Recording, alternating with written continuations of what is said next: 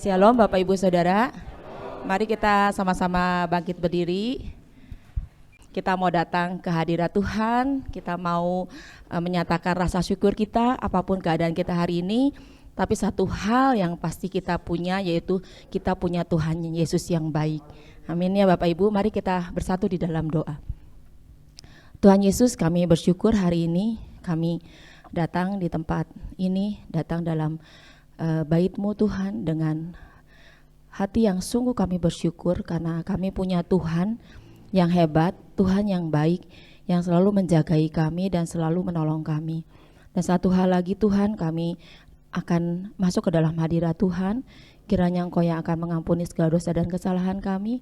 Tuhan, terima kasih kalau dengan darah-Mu Tuhan telah melayakkan kami semua untuk menjadi anak-anak-Mu, dan kami akan masuk hadirat-Mu. Kami ingin memuji dan menyembah Tuhan karena sungguh Engkau adalah Allah yang layak dipuji dan disembah. Terima kasih Tuhan, biarlah setiap pujian yang kami naikkan itu menjadi dupa yang harum di hadapan Tuhan, menjadi kepujian buat nama Tuhan. Karena kami tahu Tuhan, kami punya Allah yang besar, Allah yang hebat. Sekali lagi Tuhan, kami siap memuji Tuhan. Biarlah setiap juga Tuhan jemaat-Mu tempat ini, ketika kami pulang, kami membawa sukacita, membawa damai sejahtera daripada Tuhan. Karena kami percaya urapan Roh Kudus bekerja pada saat ini sampai pada akhir kebaktian. Bahkan di hari-hari ke depan, kami tahu ada Roh Kudus yang akan selalu menguatkan kami. Terima kasih Tuhan, di dalam nama-Mu kami siap memasuki hadirat Tuhan. Haleluya, amin. Mari kita akan nyanyikan satu pujian, Ku Masuki Gerbangnya.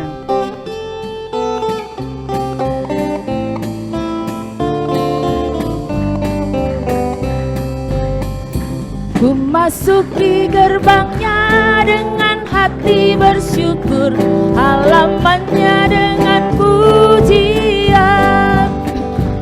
Ku tahu hari ini harinya Tuhan, ku bersuka sebab Dia girangkanku, Dia girangkanku, Dia girangkanku, oh Dia girangkanku. Ku bersuka sebab Dia girangkanku, oh, oh. Dia girangkanku, oh Dia girangkanku. Ku bersuka sebab Dia girangkanku. Ku masuki gerbangnya, ku masuki gerbangnya dengan hati bersyukur, halamannya dengan pujian. Ku tahu hari ini, ku tahu hari ini harinya Tuhan. Ku bersuka sebab Dia girangkanku, Dia girangkanku, Dia girangkanku, oh Dia girangkanku. Ku bersuka sebab Dia girangkanku, oh, oh. Dia girangkanku, oh Dia girangkanku. Ku bersuka sebab Dia girangkanku. Ku bersuka sebab Dia girangkanku. Ku bersuka sebab Dia girangkanku. Kita katakan, sebab Tuhan baik, sebab Tuhan baik. Oh Tuhan, sungguh Kau baik. Sebab Tuhan baik, anugerahnya kekal selamanya. Sebab Tuhan baik, sebab Tuhan baik, sebab Tuhan baik, sebab Tuhan baik, anugerahnya kekal selamanya. Tuhan baik Bapak Ibu, amin. Yo, mari kita masuk gerbangnya. Masuk gerbangnya bersyukur dengan penuh pujian, bersuka di hadiratnya, nyanyi besarkan agung namanya. Puji Dia, tiuplah sangkakala, musikan tarian.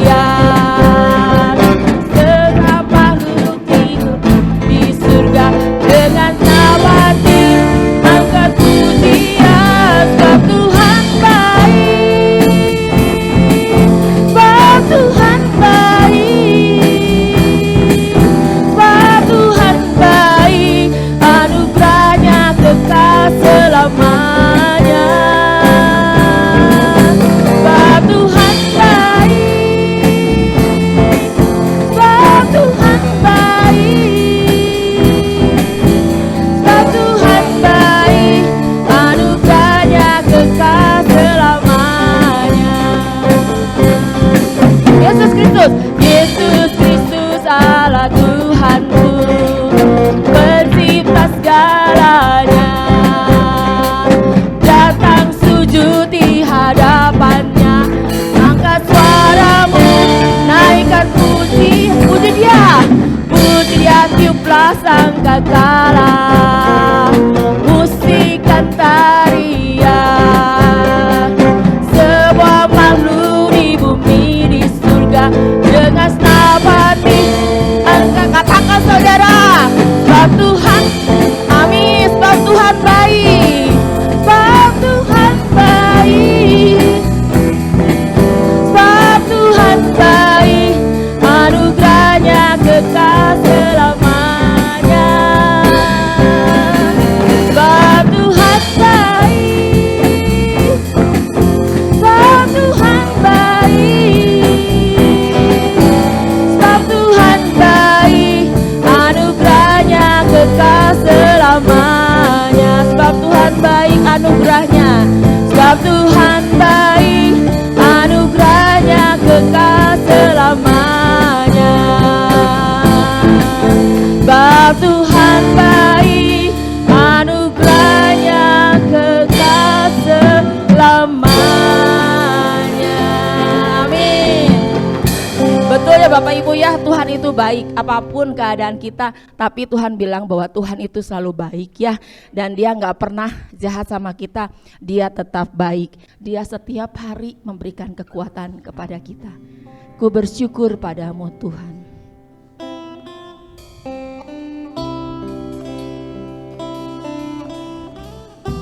Karena sungguh kalau bukan karena kekuatan kita gak akan bisa jalani hidup ini Bapak Ibu ya. Tapi karena kekuatan Tuhan, itu yang membuat kita bisa menjalaninya. Ku bersyukur padamu Yesus, yang telah mengubahkan hidupku. Tak ada yang seperti Engkau mengasihiku.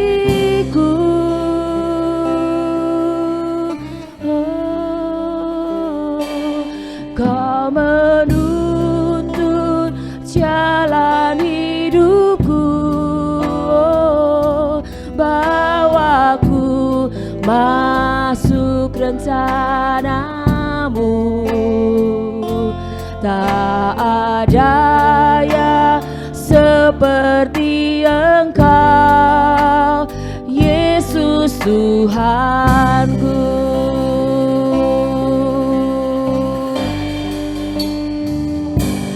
Kaulah Tuhan keselamatanku, kekuatan dan perisaiku. Ku tak gentar karena janjimu selalu memeliharaku. Ku percaya dalam tanganmu ada masa depan hidupku. Ku tak gentar karena janjimu selalu hidup dalamku.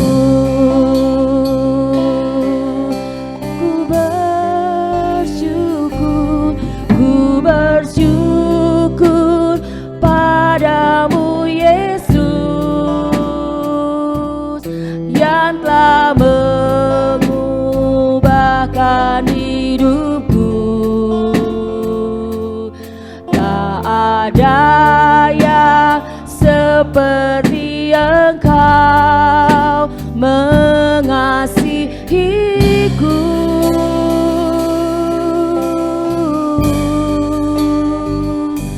Kau menuntun jalan hidup, bawaku masuk untuk rencanamu. Oh, tak ada daya seperti Engkau, Yesus Tuhanku. Kaulah Tuhan, Kaulah Tuhan keselamatanku, kekuatan dan perisaiku. Ku tak gentar karena janji-Mu selalu memeliharaku. Ku percaya dalam tangan-Mu ada masa depan hidupku. Ku tak gentar karena janji-Mu selalu hidup dalam. Katakan dengan iman, ku tak gentar, ku tak gentar karena ku tak gentar, ku tak gentar karena janji-Mu selalu hidup dalamku. Mari Bapak Ibu, saya undang Bapak Ibu bangkit berdiri. Mari kita siapkan hati untuk menerima taburan firman Tuhan, karena kita percaya kita mau masuk ke hadirat Tuhan dengan hati yang bersyukur. Dan ketika firman Tuhan ditaburkan, kita percaya bahwa dengan hati yang bersyukur itu akan menjadi hal yang sungguh sangat indah.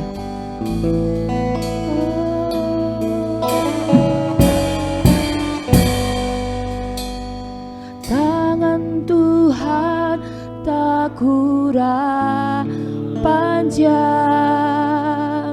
untuk selalu menolong hidupku.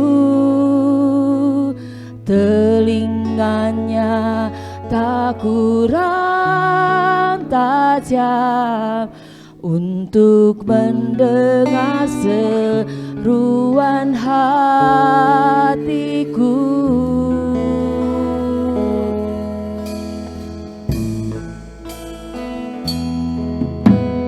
Tangan Tuhan tak kurang panjang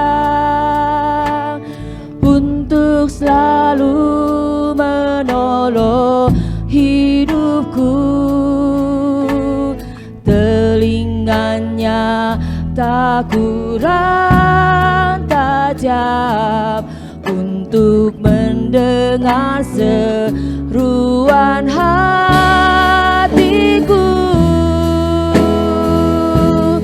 Ada mukjizat dalam bersyukur, Engkau tempat perlindunganmu Tuhan. Imanku tetap teguh dalam-Mu. Ku menang bersamamu.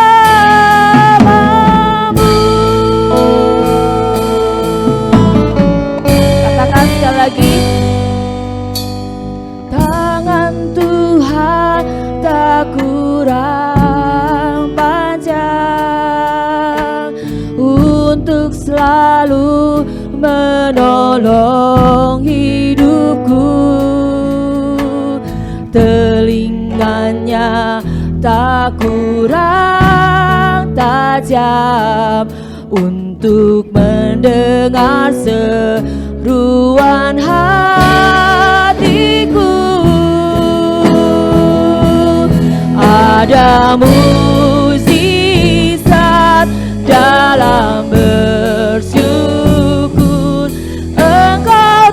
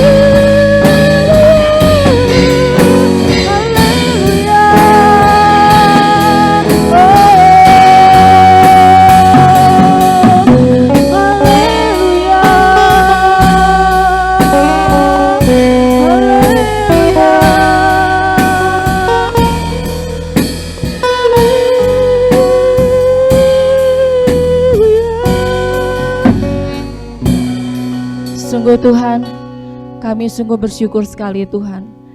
Kami tahu tangan Tuhan tidak kurang panjang untuk menolong kami.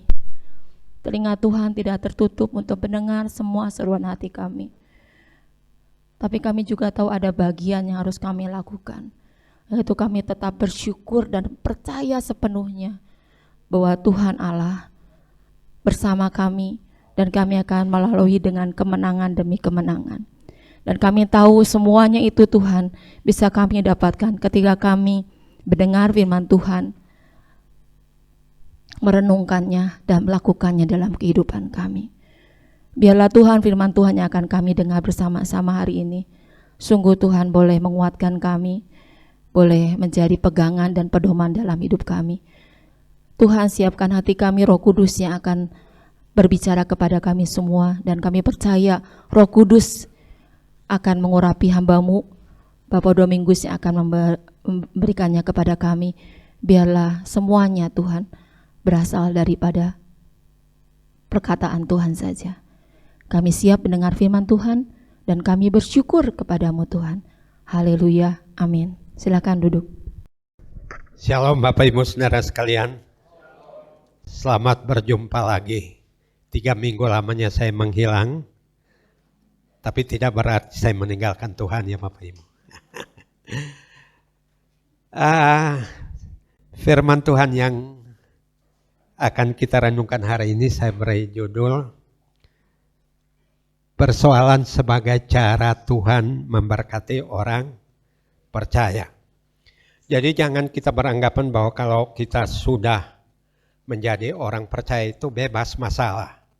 Masalah ada, tapi justru melalui semua persoalan kita, ini rupanya Tuhan mempergunakannya untuk memberkati kita. Nah, karena itu kita mau melihat satu bagian firman Tuhan, terutama masih yang berkaitan dengan tokoh Abraham. Nah, kita melihat bahwa Abraham kita kagumi sebagai bapak orang beriman. Tetapi melalui firman Tuhan hari ini kita melihat bahwa dia pun mengalami berbagai macam persoalan. Tapi justru melalui persoalan itu ia diberkati oleh Tuhan. Mari kita lihat persoalan pertama yang dialami oleh Abraham terdapat dalam Kejadian 12 ayat yang ke-10. Kejadian 12 ayat 10. Ketika kelaparan timbul di negeri itu, pergilah Abram ke Mesir untuk tinggal di situ sebagai orang asing, sebab hebat kelaparan di negeri itu. Nah, bayangkan Bapak Ibu Saudara, seorang yang beriman sekaliber Abraham pernah mengalami masa kelaparan yang sangat hebat. Tidak dikatakan kelaparan yang biasa-biasa saja, tapi kelaparan yang sangat hebat ini membuat dia harus mengungsi ke negeri asing. Dan dia sebagai orang asing pergi ke Mesir. Nah, tetapi justru dari persoalan ini nanti kita melihat bahwa ada cara Tuhan. Kenapa harus ke Mesir? Kenapa tidak ke negeri lain? Karena Tuhan tahu bahwa melalui cara itu Abraham akan diberkati. Mari kita lihat ayat 15-17. Masih Kejadian 12.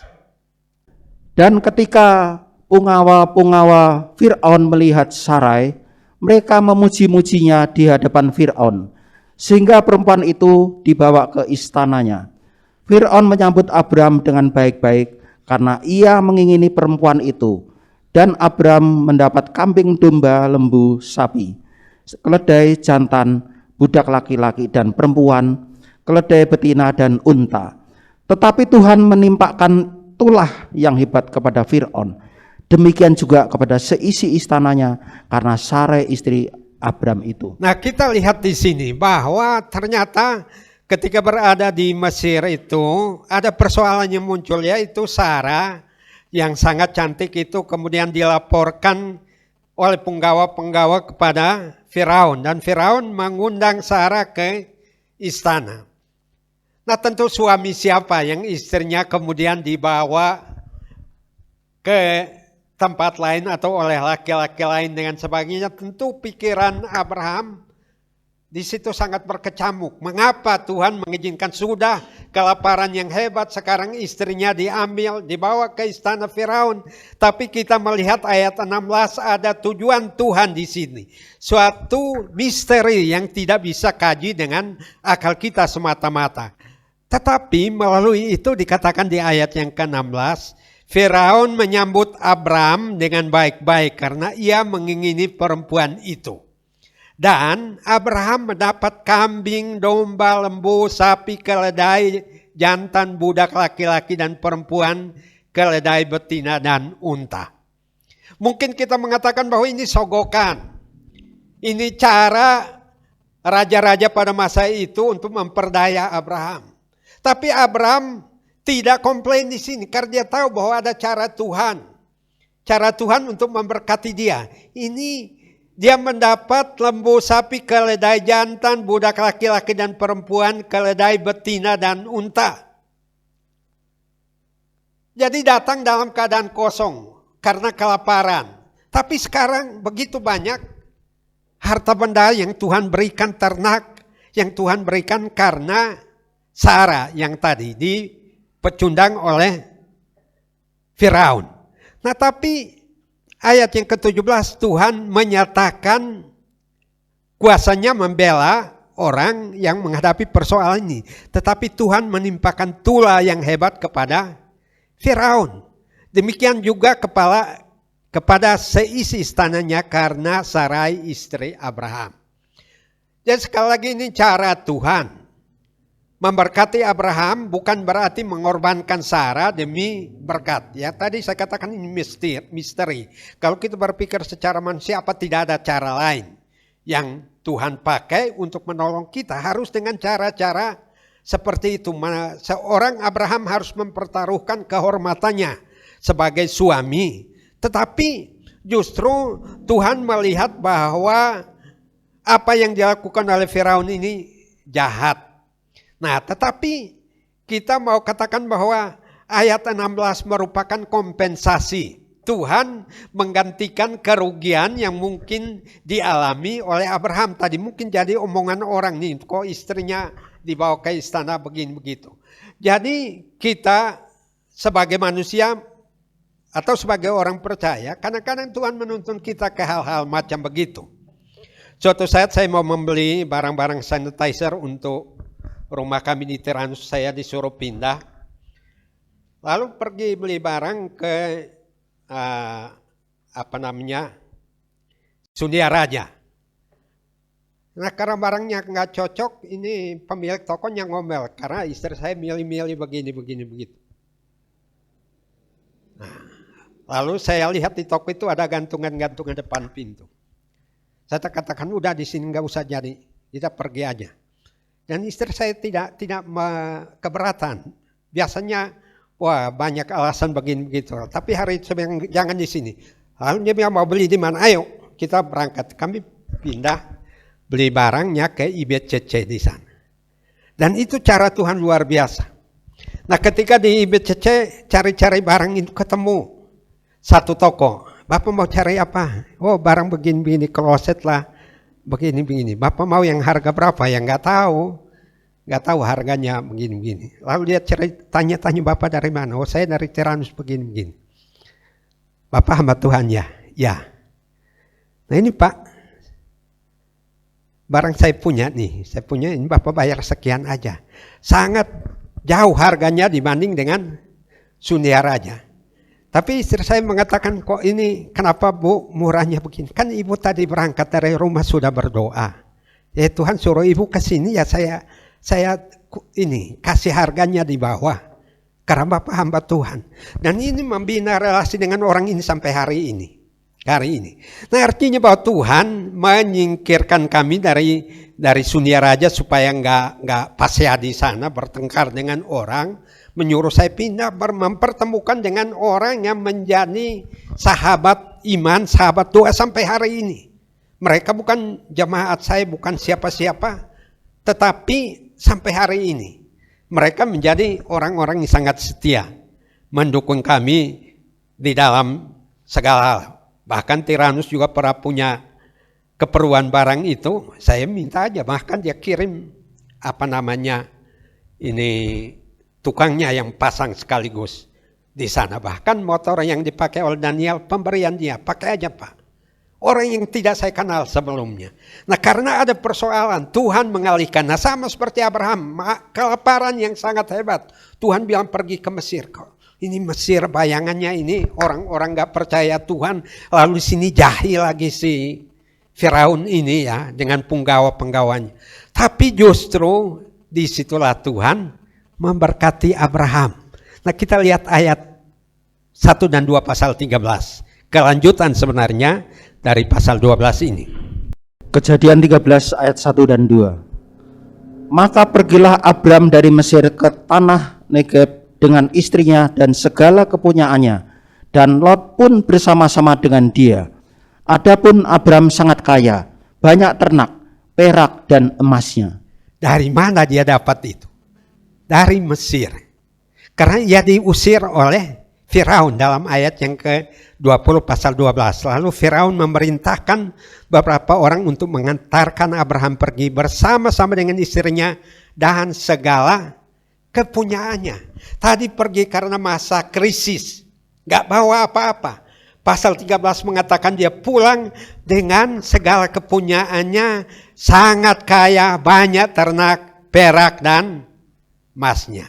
Ini diperoleh karena apa? Karena ada persoalan yang ia hadapi ketika terjadi masa paceklik di tanah Kanaan.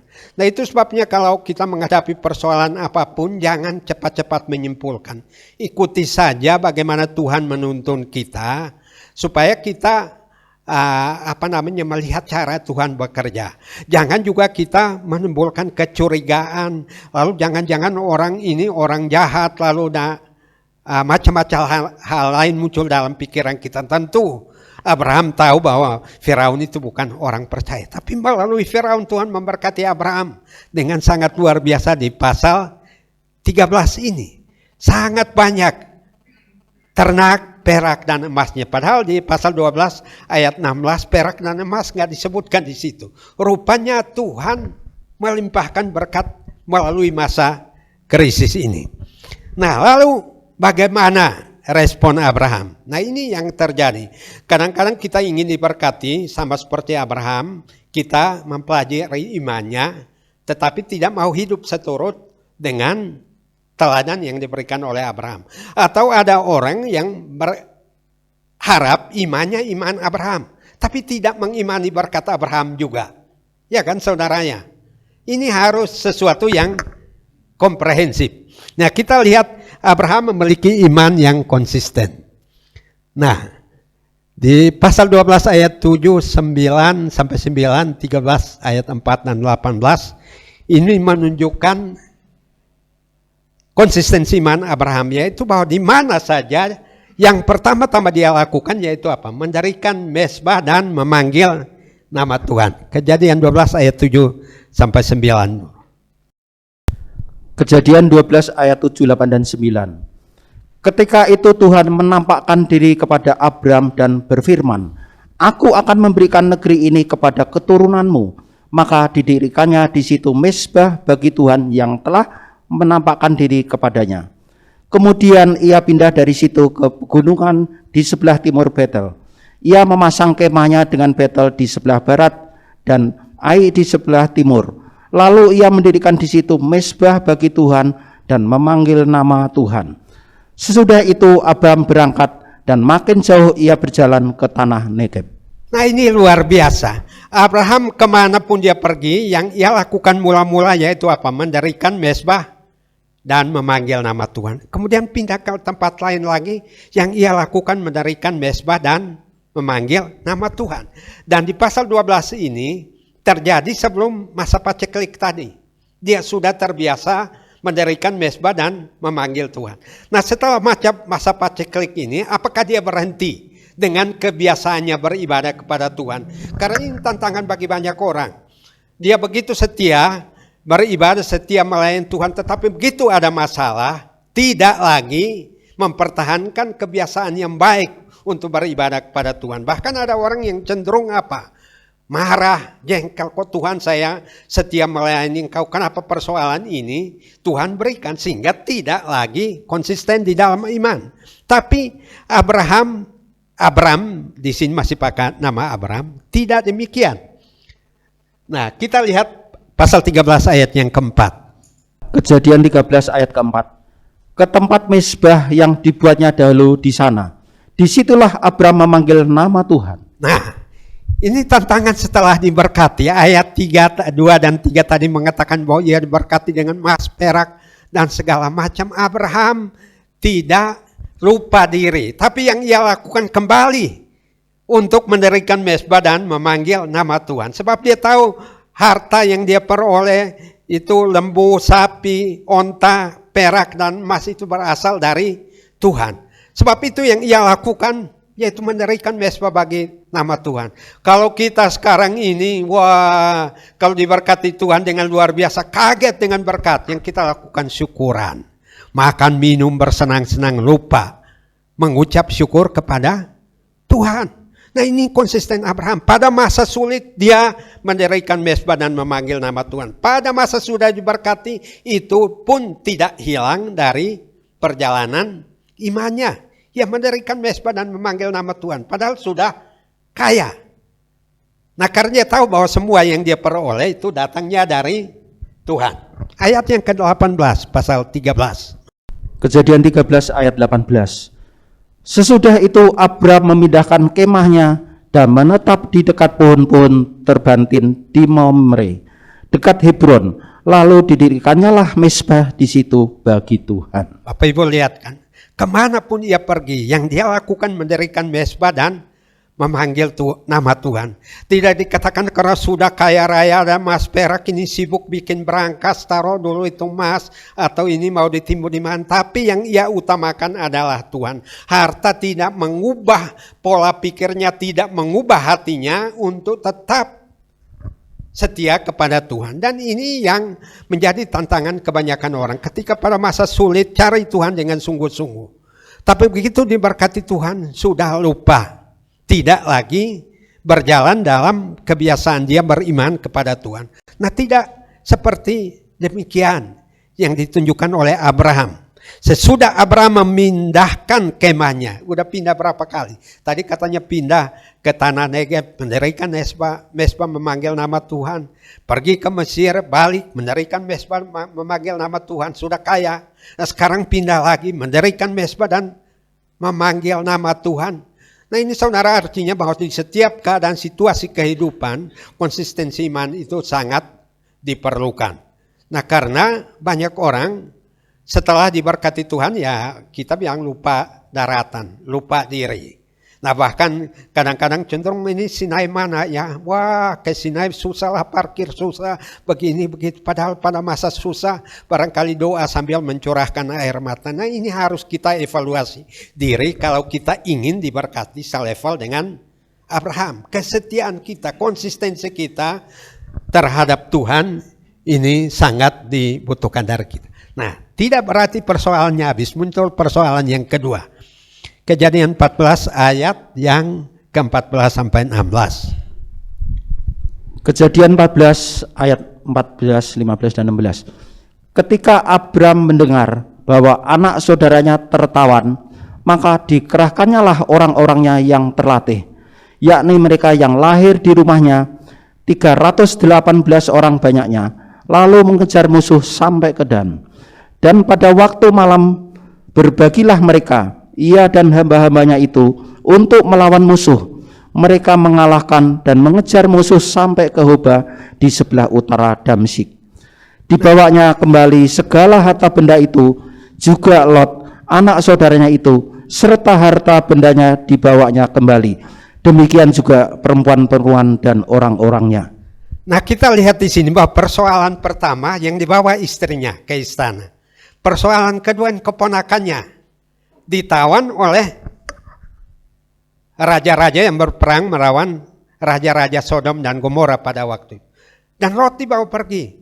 Nah, sehingga berita itu sampai kepada Abraham, dan mendengar berita itu Abraham maju berperang. Dikerahkannya orang-orangnya di sini dikatakan jumlahnya berapa? 318 orang.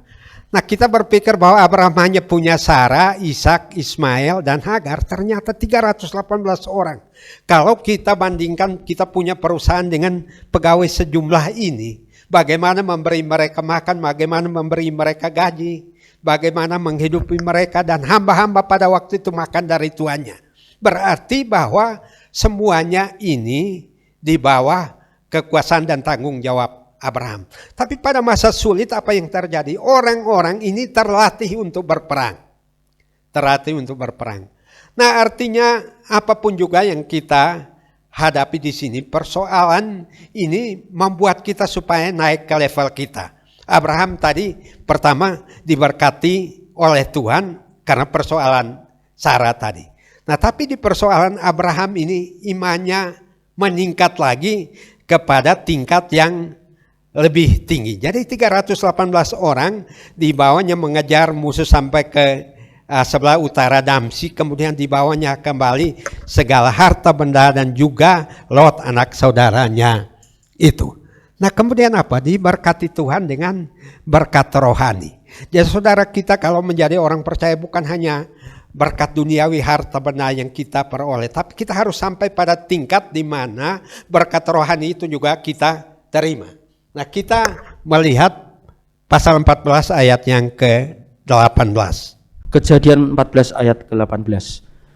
Melkisedek Raja Salem membawa roti dan anggur. Ia seorang iman Allah yang maha tinggi. Setelah Abraham mengalahkan musuhnya yang menyongsong dia, selain Kedorlaomer dan raja-raja yang bersama dia, ini ada satu tokoh yaitu Melkisedek Raja Salem membawa roti dan anggur. Padahal di ayat pasal 13 tadi dikatakan bahwa Abraham sudah diberkati berlimpah-limpah. Nah, sekarang dibawa kepadanya roti dan anggur. Nah, ini lambang apa? Lambang Tuhan Yesus yang akan memberikan dirinya mati bagi kita. Sebab itu roti dan anggur ini kemudian menjadi apa sih? Substansi yang kita gunakan dalam perjamuan kudus. Jadi Abraham bukan hanya diberkati secara duniawi, tapi sekarang dia berkati sampai tingkat iman yang lebih tinggi, yaitu mengalami persekutuan dengan Tuhan. Dia itu melalui roti dan anggur. Nah, saya kira kalau kita semua yang sudah sampai tingkat itu, setiap bulan kita mengadakan peringatan atau perayaan perjamuan kudus. Kenapa berkata Abraham itu tidak sampai kepada kita? Nah, ini menjadi evaluasi kepada kita. Jangan orang mengatakan bahwa yang kita cari bukan berkat dunia, berkat surgawi. Betul. Tapi kita hidup di duniawi juga, kalau Abraham tidak diberkati tadi mati kelaparan juga. Ya kan? Kalau tidak diberi kelimpahan di Mesir mati kelaparan. Tidak sampai pada titik ini. Jadi Melkisedek ini nanti kita lihat di Ibrani 17 ayat 1 dan sampai 3. Walaupun dikatakan bahwa dia adalah raja kebenaran. Nah, saya baca sebuah tafsiran, itu saya katakan ini agak menyesatkan. Karena tafsiran itu mengatakan bahwa Melkisedek itu seorang raja dari Kanaan. Berbeda dengan seorang dari Kanaan katanya. Tapi di Ibrani pasal 7 ini menjelaskan siapa itu Melkisedek. Mari Pak, Ibrani 7 ayat 1 Ibrani sampai 7 3. ayat 1 sampai dengan 3. Sebab Melkisedek adalah Raja Salem dan iman Allah yang maha tinggi. Ia pergi menyongsong Abraham ketika Abraham kembali dari mengalahkan raja-raja dan memberkati dia. Kepadanya pun Abraham memberikan 1/10 dari semuanya. Menurut arti namanya Melkisedek adalah pertama-tama Raja Kebenaran dan juga Raja Salem, yaitu Raja Damai Sejahtera. Ia tidak berbapak, tidak beribu, tidak bersilsilah, harinya tidak berawal dan hidupnya tidak berkesudahan. Dan karena ia dijadikan sama dengan anak Allah, ia tetap menjadi iman sampai selama-lamanya. Jadi itu yang saya katakan tadi ya, tafsiran mengatakan seorang Kanaan. Di sini dikatakan dia tidak berbapak dan tidak beribu. Dan ia diciptakan sama dengan anak Allah. Berarti bahwa Tuhan sendiri yang datang dalam rupa manusia. Dan dikatakan apa? Bahwa ia memberkati Abraham ketika Abraham kembali dari mengalahkan raja-raja. Nah, artinya bahwa perjuangan yang kita lakukan, itu Tuhan ingin kita menjadi pemenang. Kita ingin bukan jadi orang yang terus-menerus dikalahkan oleh Tuhan. Tapi ini levelnya naik. Sudah sampai pada tingkat iman, berkat rohani. Lalu yang dilakukan oleh Raja Salem itu apa? Memberkati dia. Kepadanya pun Abraham memberikan 1/10 dari semuanya. Namanya Melkisedek adalah pertama-tama Raja Kebenaran. Yang kedua Raja Salem. Nah, Salem ini juga yang nanti dikaitkan dengan Yerusalem. Nah, itu berhubungan dengan apa? Bait Allah yang didirikan di Yerusalem. Raja Kebenaran. Tuhan Yesus mengatakan, akulah jalan dan kebenaran dan hidup. Raja damai sejahtera. Jadi jangan sampai persoalan yang kita hadapi menghilangkan damai sejahtera kita. Tapi dia adalah Raja damai sejahtera, itu kita harus klaim. Kita harus menuntut yang Tuhan, engkau bertemu dengan Abraham, memberkati, memberikan damai sejahtera, kenapa saya tidak? Dari dulu seperti ini terus menerus kehidupan saya. Jadi Imam yang maha tinggi ini memberkati Abraham. Nah, lalu tindakan Abraham yaitu apa? Nah, ini yang gak enak ya. Kalau hamba Tuhan yang mengkhotbahkan ini, ada yang bilang hamba Tuhan ini mulai mata duitan. Ya, lalu pikirannya semacam-macam hepeng. Nah, tapi mari kita lihat Kejadian 14 ayat 20. Kejadian 14 ayat 20. Dan terpujilah Allah yang maha tinggi, yang telah menyerahkan musuhmu ke tanganmu. Lalu Abram memberikan kepadanya 1/10 dari semuanya. Ketika Abraham memberikan ini belum ada aturan. Belum ada ketetapan bahwa seseorang harus memberikan 1/10 dari semuanya. Nah, kalau kita mau katakan bahwa itu tindakan spontan Abraham, dia memberikan dari mana? Jarahan-jarahan yang dia peroleh setelah mengalahkan raja-raja yang menawan Lot. Artinya setelah perjuangan, persepuluhan itu Bapak Ibu berikan dari apa? Hasil perjuangan, hasil pekerjaan kita. Hasil ya, kerja keras kita. Lalu kita memberikan persepuluhan kita. Lalu kita katakan enak aja pendeta, tinggal khotbah 1/10 yang kerja gua, yang susah payah siapa? Abraham bawa tadi 318 orang. Saudara bayangkan entah 2-3 hari berperang itu orang-orang harus dikasih makan segitu banyaknya. Tapi kok pulang masih ada sisa loh. Nah, ini kunci kelimpahan kita di dalam Tuhan itu seperti itu. Nanti juga di Imamat 27 ayat 32 dan 33 dulu Pak. Nah, kita lihat ini seringkali orang mempersoalkan ini, kita kasih persepuluhan ini bagian yang mana? Imamat 27 32 sampai 33. Mengenai segala persembahan persepuluhan dari lembu sapi atau kambing domba, maka dari segala yang lewat dari bawah tongkat gembala waktu dihitung, setiap yang ke-10 harus menjadi persembahan kudus bagi Tuhan. Janganlah dipilih-pilih mana yang baik dan mana yang buruk, dan janganlah ditukar. Jikalau orang menukarnya juga, maka baik hewan itu maupun tukarnya haruslah kudus dan tidak boleh ditebus. Itulah perintah-perintah yang diperintahkan Tuhan kepada Musa di Gunung Sinai untuk disampaikan kepada orang Israel. Kenapa Tuhan memerintahkan Musa untuk menyampaikannya kepada umat Israel di Gunung Sinai? Kira-kira 400 tahun kemudian. Supaya mereka diberkati sama seperti leluhur mereka, Abraham. Yang menghadapi persoalan demi persoalan, tapi dia rela memberi 1/10 dari jarahannya. Tuhan memberkati dia dengan luar biasa. Ya kan tadi ternak, kambing domba, orang, manusia 318 orang, emas, perak, di mana-mana. Tuhan tidak ingin orang-orang yang dipimpin oleh Musa ini tidak mendapatkan berkat. Bebas dari perbudakan Mesir, diperbudak oleh masalah ekonomi. Diperbudak oleh masalah kebutuhan sehari-hari. Karena kita hitung-hitungan dengan Tuhan. Nah di sini apa? Maka dari segala yang lewat dari bawah tongkat gembala waktu dihitung, setiap ke-10 harus menjadi milik Tuhan. Setiap ke-10 loh. Jadi kalau dia punya 100 ekor domba berarti 10 ekor. Ya tiap hitungan ke-10 yang ke-10 milik Tuhan. Tiap hitungan ke-10 lagi milik Tuhan. Jadi kalau dia punya 100 ya 10 milik Tuhan ya 1/10 kan. Lalu apa? Janganlah dipilih-pilih mana yang baik dan mana yang buruk. Kadang-kadang orang bertanya kepada saya, Pak Domingus kita memberi apa? Apakah hasil bersih atau hasil kotor? Jangan dipilih-pilih. Terima dari kantor kita, dari perusahaan kita, dari usaha kita mau pendapatan kotor 1/10 anak. Jangan dipilih-pilih.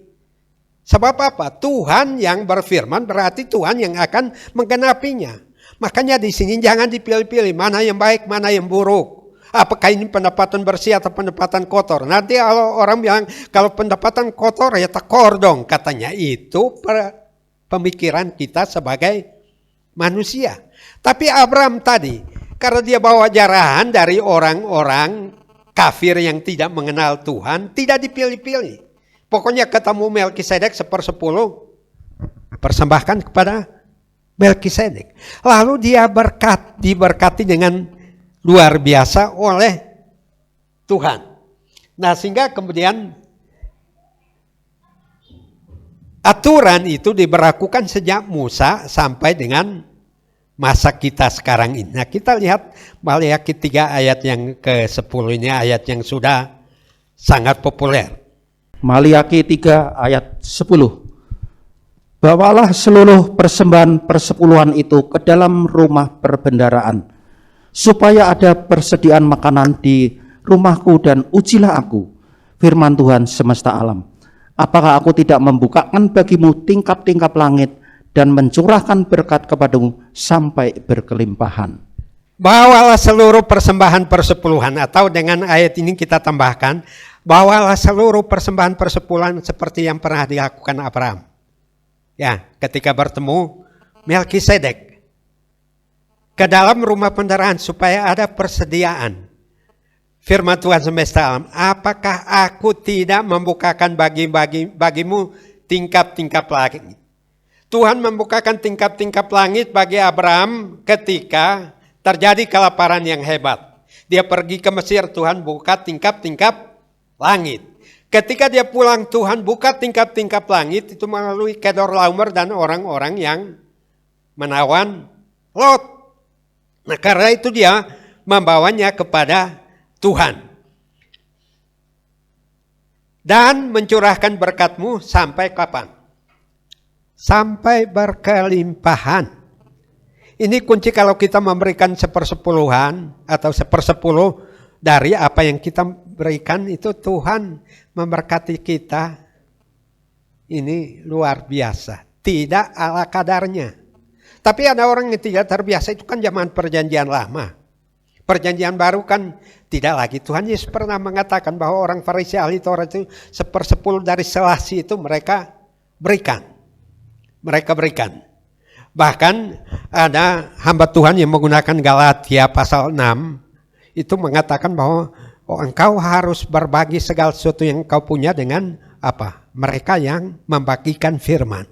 Jadi itu dia pakai untuk tiap kali menginjili orang, jangan lupa bahwa kamu sudah menerima firman kebenaran, bagi harta benda berkat yang kamu peroleh untuk pekerjaan Tuhan.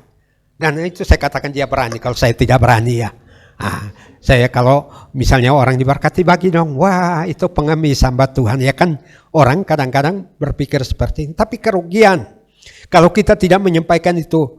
Karena apa namanya, ini membuat jemaat tidak menyadari bahwa justru ini sumber berkat. Tuhan membukakan tingkap langit, membuka jalan. Tadi kan kalau di Kanaan ada kelaparan, Tuhan buka di Mesir. Mesir wah dengar namanya takut, tetapi di situ wah diberkati Tuhan luar biasa. Pulang dari sana ketemu orang-orang yang gak benar lagi.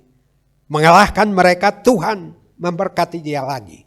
Jadi artinya apa? Melkisedek imam besar, raja kebenaran, Raja Salem itu mau memberkati kehidupan kita kalau kita meniru atau belajar dari apa yang disampaikan oleh firman Tuhan melalui Abraham.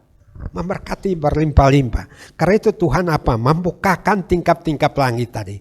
Saya tingkap langit ditutup di Sunia Raja, Tuhan bilang pergi kamu ke IBCC. Ketemu orang yang sangat baik di sana, udah courting, tawarkan bantuan lagi ya kan. Dan sebagainya. Tidak pernah saya kenal.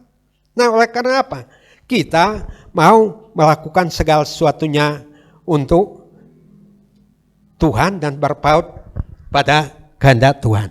Nah kita melihat kesimpulannya. Nah orang percaya tidak pernah luput dari persoalannya.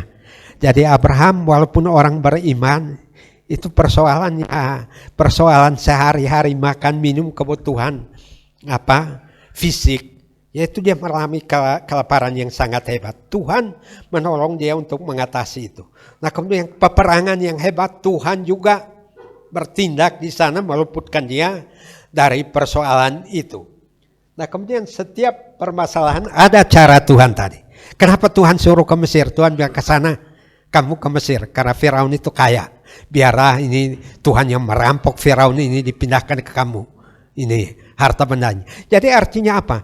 Bapak Ibu Saudara dan saya, kita berusaha tidak usah takutlah ini saya membina usaha ini orang benar apa enggak. Kalau dia enggak benar, kita benar, Tuhan yang akan menjadikan orang itu siapa tahu dia menjadi sumber berkat bagi kita. Orang yang mungkin kita anggap wah ini membahayakan kita dan sebagainya, tapi jangan-jangan dia yang diutus Tuhan untuk memberkati kita. Nah, jadi apa? Jangan menggerutu. Lalu apa? Bersungut-sungut. Tuhan, ini kenapa kelaparan Tuhan tolong saya, Tuhan menyuruh saya harus pergi ke orang yang macam begini. Orang yang enggak saya kenal, orang yang Judas, barangkali orang yang menurut kita sangat jahat, tapi ada cara Tuhan untuk mengubahkan itu menjadi saluran berkat bagi kita. Luar biasa tadi Firaun suruh Abraham, kamu pergi meninggalkan ini daerah saya, tapi tidak pergi dengan tangan kosong. Suruh bawa harta benda yang sangat banyak itu dia bawa pulang ke tanah Negeb. Nah kemudian kita mewarisi janji Allah bagi Abraham melalui Tuhan Yesus Kristus sesuai dengan Ibrani pasal 7 tadi, bahwa melalui roti dan anggur yang diberikan oleh Melkisedek, ini kemudian menjadi imam besar perjanjian baru di dalam Tuhan Yesus Kristus yang berkat Abraham ini sampai kepada kita. Artinya apa? Bukan Abraham aja yang diberkati Tuhan, tapi kalau saudara dan saya yang percaya Tuhan Yesus Kristus, kita juga memiliki hal yang sama. Tapi yang tadi saya katakan, ada orang mau imannya iman Abraham, tapi tidak mau harta benda Abraham, ya kan? Ada orang yang mau harta bendanya Abraham, tapi tidak mau janji Allah kepada Abraham. Mari kita lihat Galatia 3, 14 dan 29. Galatia 3 ayat 14. Yesus Kristus telah membuat ini, supaya di dalam Dia berkat Abraham sampai kepada bangsa-bangsa lain, sehingga oleh iman kita menerima roh yang telah dijanjikan itu. Ayat 29. Dan jikalau kamu adalah milik Kristus, maka kamu juga adalah keturunan Abraham dan berhak menerima janji Allah. Nah, perhatikan Bapak Ibu di sini, Abraham bertemu dengan Melkisedek. Dan Melkisedek memberkati dia karena sebelum Abraham memberikan persepuluhan diberkati sebelum dia memberikan persepuluhan. Justru setelah diberkati baru Abraham memberikan persepuluhan. Jadi jangan kita berpikir kalau saya memberi persepuluhan baru Tuhan memberkati saya. Di dalam Tuhan Yesus kita diberkati lebih dahulu. Nah sebagai syukur kita memberikan persepuluhan. Dan di sini dikatakan Yesus Kristus telah membuat ini supaya di dalam Dia berkat Abraham sampai pada bangsa-bangsa lain. Berkat Abraham itu sampai kepada bangsa-bangsa lain, termasuk bangsa Indonesia, termasuk bangsa-bangsa yang seperti Pak Domingus Galing dan sebagainya, berkat Abraham sampai kepada saya. Karena itu janji Tuhan. Lalu dikatakan apa? Sehingga oleh iman kita menerima roh. Nah, roh ini kan, Roh Kudus ini membela kita, menghibur kita, mendampingi kita, sehingga ketika kita menghadapi persoalan, nah kita terhibur, kita ditolong untuk menemukan jalan keluar dari persoalan kita. Berarti kita lebih hebat dari Abraham. Abraham pada waktu itu belum Roh Kudus sudah ada, tetapi belum menerima Roh Kudus. Makanya dia berjuang dengan 318 orang yang dia bawa. Nah, sekarang kita punya Roh Kudus yang tiap saat membela kita, mendampingi kita, menyertai kita. Dan itu supaya apa?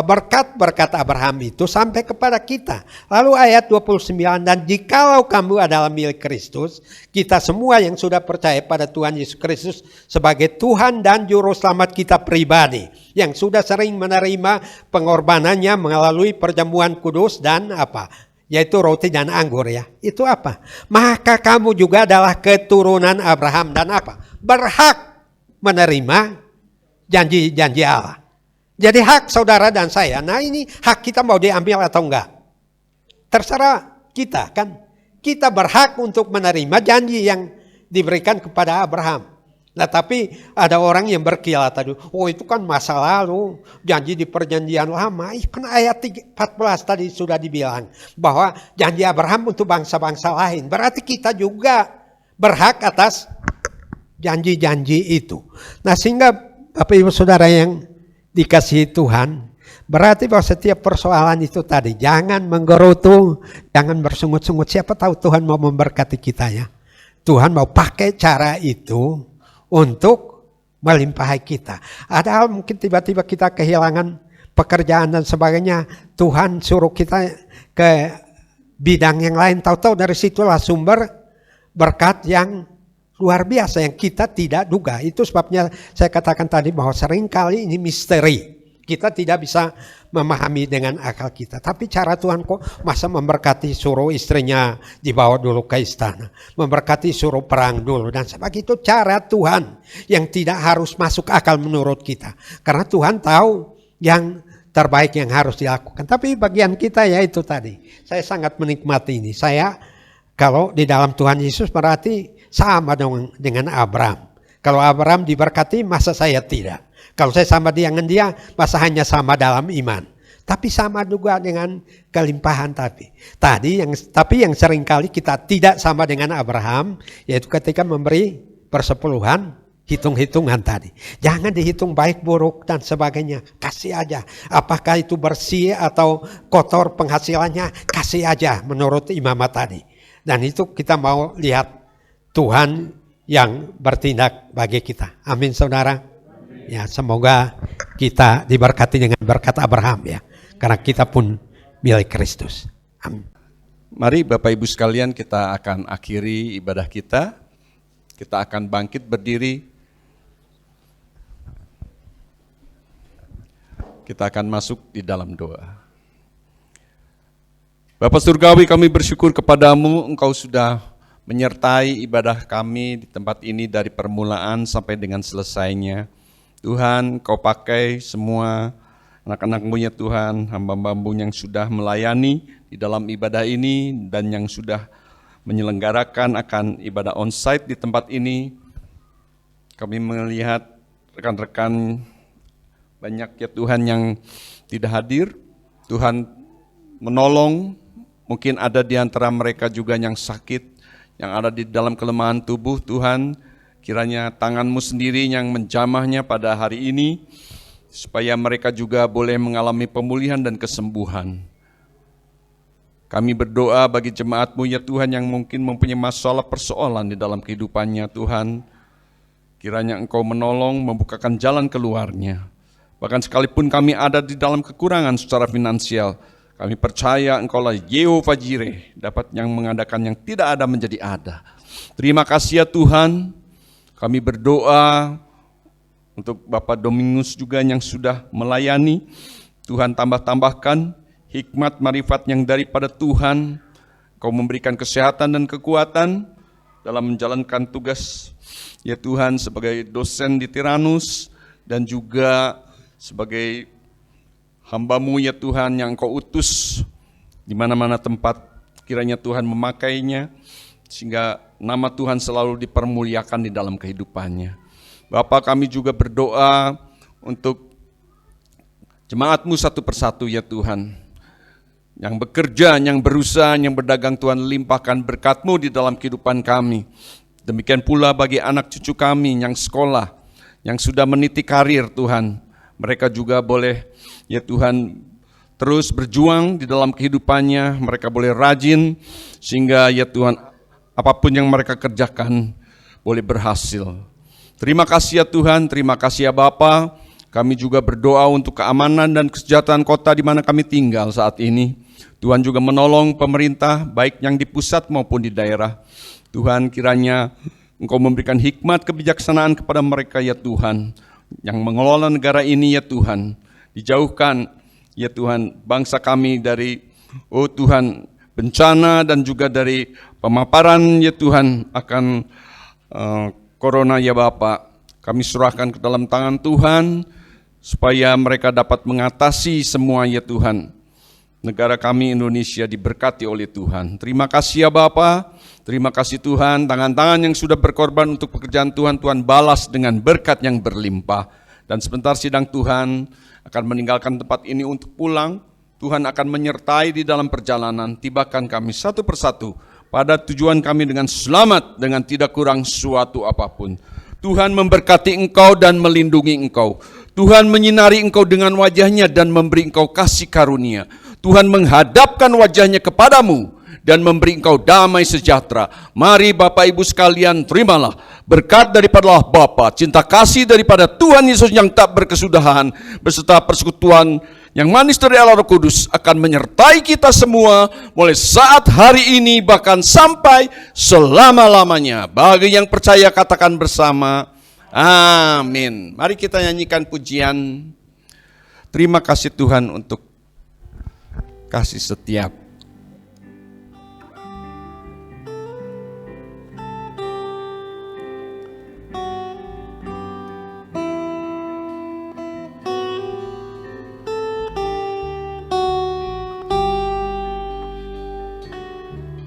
Terima kasih Tuhan untuk kasih setiamu yang ku alami dalam hidupku.